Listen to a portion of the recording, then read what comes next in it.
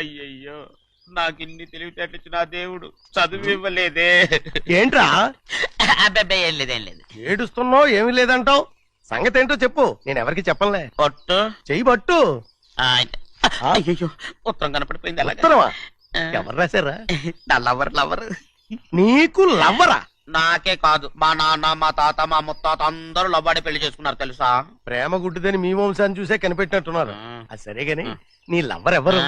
నీకు చెప్పడానికి నేను తెలివి తక్కువన్నా? నువ్వు చాలా తెలివైనడు అని నాకు తెలుసు. మరి నీ లవర్ నీకు లవ్ లెటర్ రాసిందంటే అది చదువుకొని ఉండాలి కదా. మరి గుమ్మస్తా కూతురు చదువుకోకుండా ఉంటదేంటి? ఏటి గుమస్తా ఉంది కూతురా? అయ్యో, నోరు సరిపోయింది. అది నీకు మామూలే గాని ఏదో లెటర్ ఈ చదివి చెప్తాను. చదివి చెప్తావా? చదువు. ఇదిగో, ఇక్కడ చదివితే అందరు వింటారు. ఇదిగో ఇదిగో, ఇది నా ప్రేమోత్తరం. ఎవరికి పడకుండా చదువు. అమ్మాయి కంటే అక్షరాలే అందంగా ఉన్నాయి. అమ్మాయి కూడా అందంగా ఉంటది కదా. మరి బసవయ్యా, నా ప్రేమ నీదయ్యా. ఇదేంట్రా చెవులు మూసు? నేనేమన్నా తెలివి తక్కువ అనుకున్నావేంటి? నువ్వు ఉత్తరం చదువుతుంటే నీ చెవులకు వినపడుతుంది కదా, అందుకని మూసేసా. నేను చదివే లెటర్ నాకు వినపడుతుందని నా చెవులు మూసేసావా? అబ్బాబాబాబాబాబాబా, సూపర్ రా. నీ అంత తెలివేలోడు ఈ భూమి మీద పుట్టలేదురా, ఇక మీద పుట్టబోడురా. ఇది చదివే లెటర్ కాదురు, నవిలే లెటర్. నా ఉత్తరం. ఏ చిన్నయ్య, నేను ఈరోజు చాలా సంతోషంగా ఉన్నాను. చూస్తూనే తెలుస్తుందిలే. ఏ చిన్నయ్య, మన ఇద్దరం కాసేపు ఆ మండపంలోకి వచ్చిందావా? వద్దు, వాళ్ళు వచ్చారు. అయ్యో, నేను నీతో మాట్లాడడానికి, నేను చూడడానికి అసలు ఇంట్లో వీలు పట్టలేదు.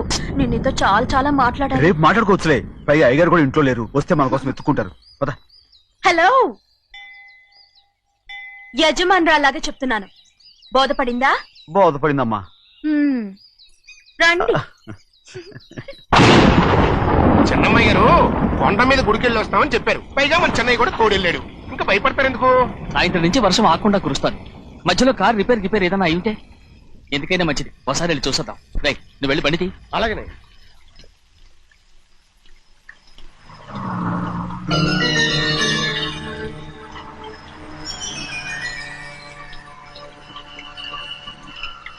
చూడండి, ఆ కారు మందే అనుకుంటానండి. అవునయ్యా, ఆ బండి 288. నేను అప్పుడే చెప్పాగా బండి రిపేర్ ఏదన్నా అయి ఉంటుందని. రైట్, పక్కన ఆపరా. చాలా పొద్దుపోయింది, ఇంటికి పోవా?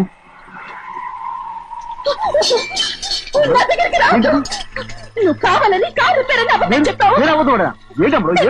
లెక్క పెడుతున్నావా? నేనా? అమ్మడు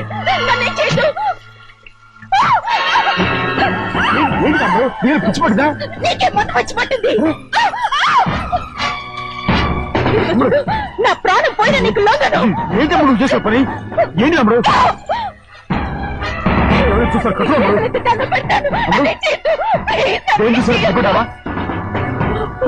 ఎవరైనా వస్తారా?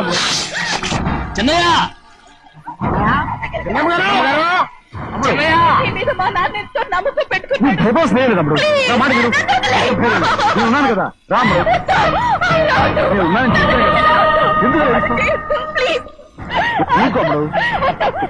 నువ్వేం భయపడగలరు, నా మాట విను. అమ్మడు ఆడమంటుంటే ఏంటి పిచ్చాలేగా?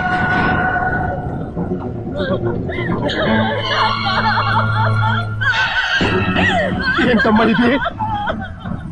చెప్పమ్మా, చెప్పు. కారు పేరు చెప్పి నన్ను మండపంలోకి తీసుకొచ్చాడు. వర్షం పడుతుంది, కారు రిపేర్ చేయలేమని ఇక్కడే ఉందామని నన్ను అదోలా చూశాడు. నాకు చాలా భయం వేసింది. ఏ పర్వాలేదు, నడిచేదే వెళ్ళిపోదాం నేనంటే, నువ్వు విదేశాలు చదువుకుని వచ్చావు, ఆ మాత్రం అర్థం చేసుకోలేవా? ఈ ఒక్క రోజుకి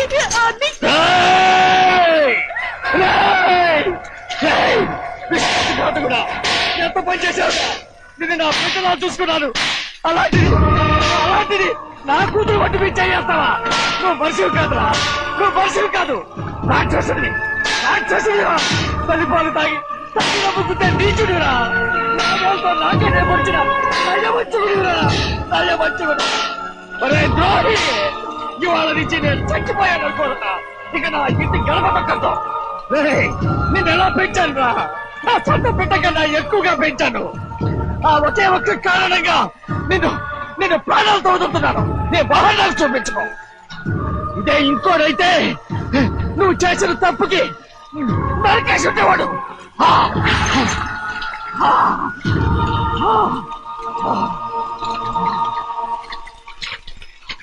పదమ్మా రే రండా ఇవాళ వాడికి మనకి రుణం తిరిపోయి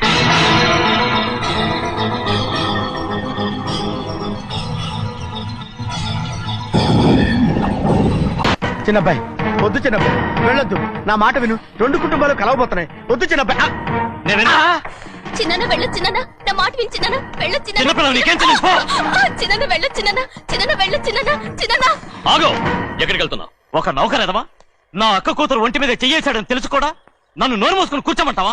అటు తప్పుకున్నాయా? వాడి కాలో చెయ్యం నరకందే నేను నిద్రపోను. నరికేస్తే నీ పగ చల్లారిపోతుందా? అందుకని పరువు పైన పర్వాలేదని చేతులు ముట్టు కూర్చోమంటావా? బుర్రుందిరా నీకు? వాడిని చంపేసి జైలుకెళ్ళి కూర్చుంటావా? పర్వాలేదు, జరిగింది విని గాజులు తొడుక్కుని కూర్చోవడం కంటే అదే మేలు.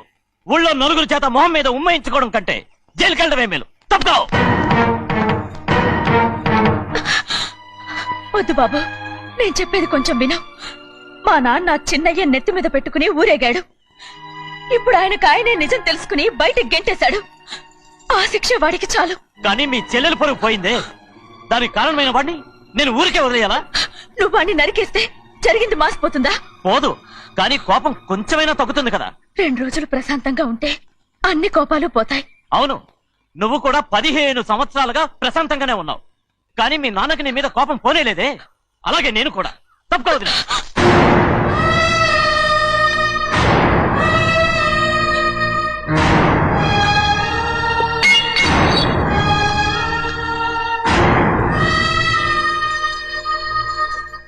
వాడి కోపంలో కూడా న్యాయం ఉంది గౌరీ. ఎవడో చేసిన దాన్ని ఎవడు చేసుకుంటాడు చెప్పు? న్యాయంగా చూస్తే వాడు చేసుకోవాల్సిన పిల్ల. వాడు మనతో పాటు చిన్న వయసులో వచ్చేసాడు కాబట్టి ఆ కుటుంబానికి విరోధయ్యాడు. పోన్లే, తను నాకు మర్యాద ఇవ్వకపోయినా నీకైనా ఇచ్చాడు.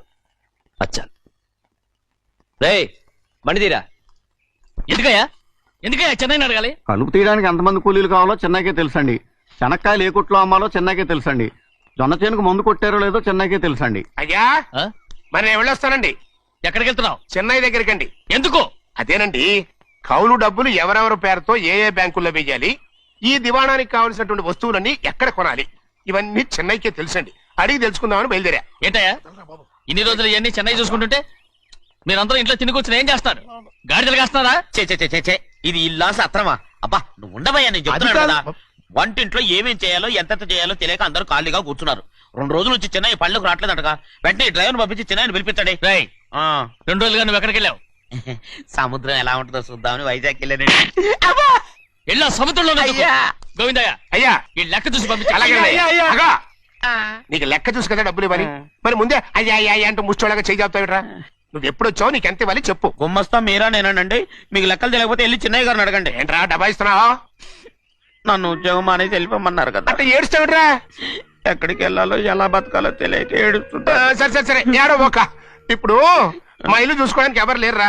నా కూతురు కూడా ఇక్కడే పని చేస్తుంది. మరి నువ్వు మా ఇల్లు జాగ్రత్తగా చూసుకుంటావా? అలాగేనండి.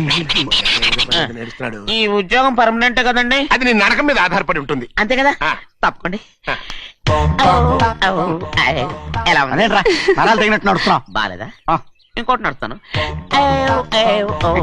ఎలా? నువ్వు పర్మనెంట్ గా టెంపరవరీయే. అమ్మా, చెన్నైని ఇంట్లోంచి బయటికి పంపించినంత మాత్రాన నీ ఆత్మ శాంతించదని నాకు తెలుసమ్మా. త్వరలోనే అక్కయ్యని నాన్నని కలిపి మన 2 కుటుంబాలని ఒకటి చేస్తాను. వెనక ముందు చూసుకోకుండా గొడ్డను బాదినట్టు బాధేశారు. కూతురు ఏం చెప్తాది నమ్మేటమేనా? అసలు ఏం జరిగింది, ఎలా జరిగిందని ఒక్క మాట అయినా అడిగాడు ఆ పెద్ద మనిషి. మరి నువ్వైనా చెప్పలేకపోయావేంటి?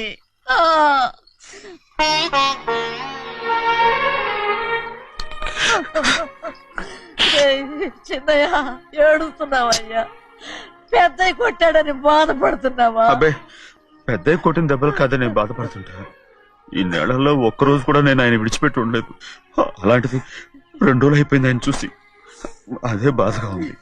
బాధ ఇదే. చిన్నయ్య చూడు, ఎవ్వరికి కనపడకుండా పెద్దయ్య గారిని చూసిరారా, అప్పుడు నీ మనసు స్థిమిత పడుతుంది. లేదే, ఆయన తప్ప ఆయన తెలుసుకుని నాకు కబురు చేసేంత వరకు నేను ఆయన మొహం చూడను.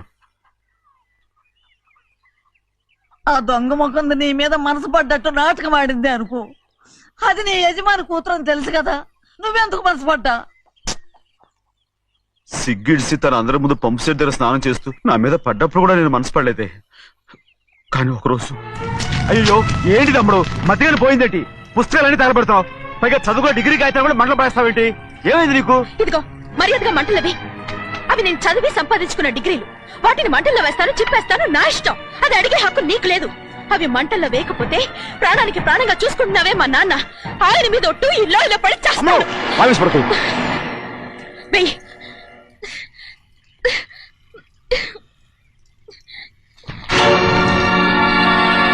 తగలబెడుతుంది నువ్వు చదువుకున్న చదువుని కాదు, మా పెద్దయ్య పెంచుకున్న ఆశల్ని, ఆయన కన్న కలల్ని. పర్వాలేదు, నా ఆశ నెరవేరినప్పుడు ఎవరి ఆశ తీరినా తీరకపోయినా నాకు అనవసరం. నేను డబ్బున్న దానిగా నువ్వు నన్ను ప్రేమించడానికి వెనకాడుతున్నావు. చూడు, మా నాన్న నా పేరు మీద రాసిన ఆస్తుల తాలూకు దస్తావేజులు మొత్తం తెచ్చాను. ఇవి కూడా తగలబెడతాను. నేను ముందే చెప్పాను, అడ్డొచ్చావో దూకేస్తాను.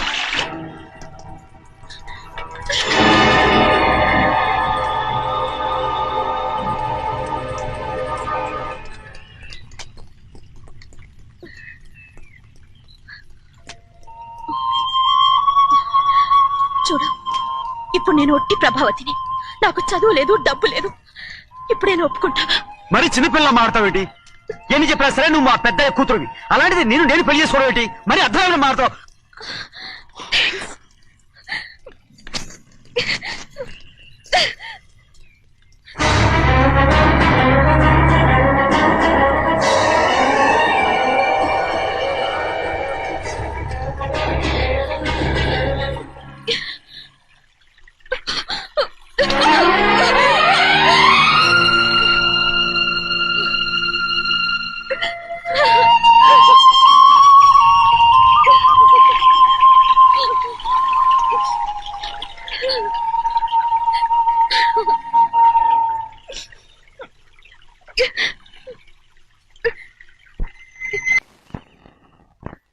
ఆ రోజు తగలబెట్టిన కాగితాలన్నీ నకిలీవైనా ఉండొచ్చు. తనకు తెలుసుగా నేను చదువురాని ముద్దునని. ఆ పాపిష్టిది ఎంత నాటకం ఆడింది, నీ మీద ఎంత పగబోనింది. అసలు నువ్వు చేసిన తప్పేమిట్రా?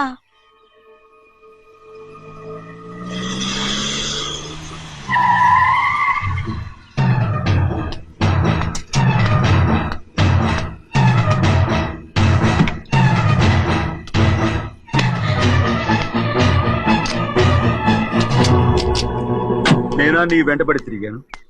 నేనా నేను ప్రేమించమని అడిగాను? నేనా నేను పెళ్లి చేసుకోమని అడిగాను?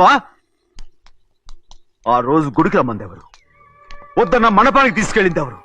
చేసినంత నువ్వు చేసి నేనేదో చేసినావే. నేను నిజంగా పాప పోనీలే ఆడదాని వారు ఊరుకుంటున్నాను అనుకున్నావేమో. పొరపాటు.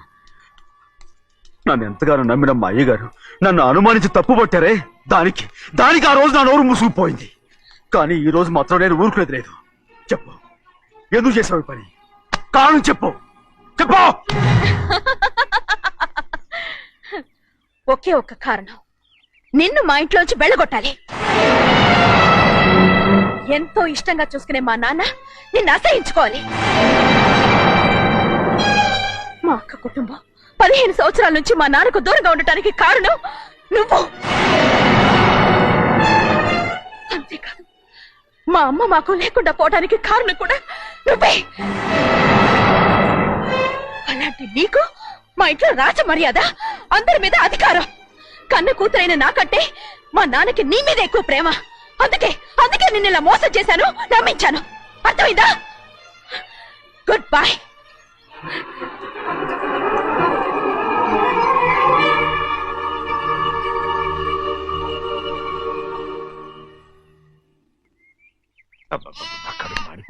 ఏంటి నాన్న, బాగా ఆకలాతుందా? అవునమ్మా, ఇడ్లీ దమ్మని ఆ బస్సు గాని పంపించి 2 గంటలైంది. అప్పటికి ఆలస్యం అవుతామని నా బండి కూడా ఇచ్చి పంపించా. వచ్చేసా. సంతోషించాం. ఏంట్రా ఇంత ఆలస్యంగా చచ్చావు? మరి దీన్ని నడిపెత్తుకురావద్దేంటి? అదే నేనైతే లగెత్తుకు వచ్చేసేవాడిని. అంటే ఈ బండి నడపడం నీ చేత కదా? మరి ఎందుకు చేసుకెళ్ళట్టు? ఏమో, మీరు తీసుకెళ్ళమన్నారు, కర్మ. సర్లే, ఆకలి చచ్చేట్టుగా ఉన్నా. ఇడ్లీలు ఎక్కడా? అదిగో మూటలో వచ్చేస్తున్నాయి. నోట్లో ఇడ్లీలు రావటం ఏంట్రా? ఒరే ఈయన నంబర్లే గాని మూట దింపి ఇప్పి చూపించండి. అట్టగానండి. ఇన్ని ఇడ్లీలు తెచ్చావిడ్రా? మరి 494 రూపాయలకు ఆ మాత్రం ఇడ్లీలు రావేంటి? 494 రూపాయలకి ఇడ్లీలా? మరి అదే చెప్పడమేమో చెప్పేస్తారు, ఆ తర్వాత మర్చిపోతారు. మనీ నాగమణి, నాగమ్మండి. ఏంటండి? ఏంటంట? అప్పుడు మీ నాన్న నాతో ఏం చెప్పాడు? ఉండండి ఆలోచించుకుని చెప్తాను. ఏంటమ్మా ఫ్లాష్ బ్యాక్ వెళ్తున్నావా? అవును. బాబా ఆకలేస్తుందిరా. ఆ, ఆ రామస్వామి హోటల్కి వెళ్ళి కాస్త తెచ్చిపెట్టు. నాకు కూడా ఆకలిస్తుందండి. నువ్వేదైనా తిని నాకు మాత్రం ఒట్టి ఇడ్లీ పడరా. ఇదిగో ఈ నోటు ఎంతో తెలుసా? నేనేమన్నా తెలివి తక్కువ అనుకున్నారా? 500 నోటు. అబ్బో నువ్వే దీన్ని అచ్చుకుతున్నట్టుగా మాట్లాడుతున్నావే. చాలా ఆకలేస్తున్నాయి, బండేసుకెళ్ళి తొందర తీసినప్పా. ఇదండి జరిగింది. ఆ, చిల్లర లేదు కదా అని 500 రూపాయలు నోటు ఇచ్చి పంపిస్తే మొత్తం ఇడ్లీలు పట్టుకొస్తా ఉంటా. నీ నోట్స్ చెప్పు తీసుకో. నానా వద్దు నానా, అబ్బా, కొట్టకు నానా. ఆకలేసేస్తుందమ్మా. ఆ, ఆ, చట్నీ సాంబార్ ఇదిరా. ఇచ్చాడండి, ఇది నేనే వద్దన్నానండి. ఎందుకని? మరి అదే మళ్ళీ మర్చిపోయారు. ఆ? నాగమణి మీ నాన్న నాతో ఏం చెప్పాడు? అయ్యో అయ్యో చట్నీ సాంబార్లని ఎన్ని సార్లు ఫ్లాష్ బ్యాక్ వెళ్తారా? ఏదైనా తిని నాకు మాత్రం ఉట్టి ఇడ్లీ పడరా. ఇదిగో ఆయనకు అర్థమయ్యట్టు మళ్ళీ చెప్పు. నాకు మాత్రం ఒట్టి ఇడ్లీ పడరా. అయ్యో రేయ్, నువ్వు నాకు అబ్బా. ఒళ్ళు మండిపోతుంది. నాన్న, నాన్న, నాన్న, కడుపు కాలిపోతుంది.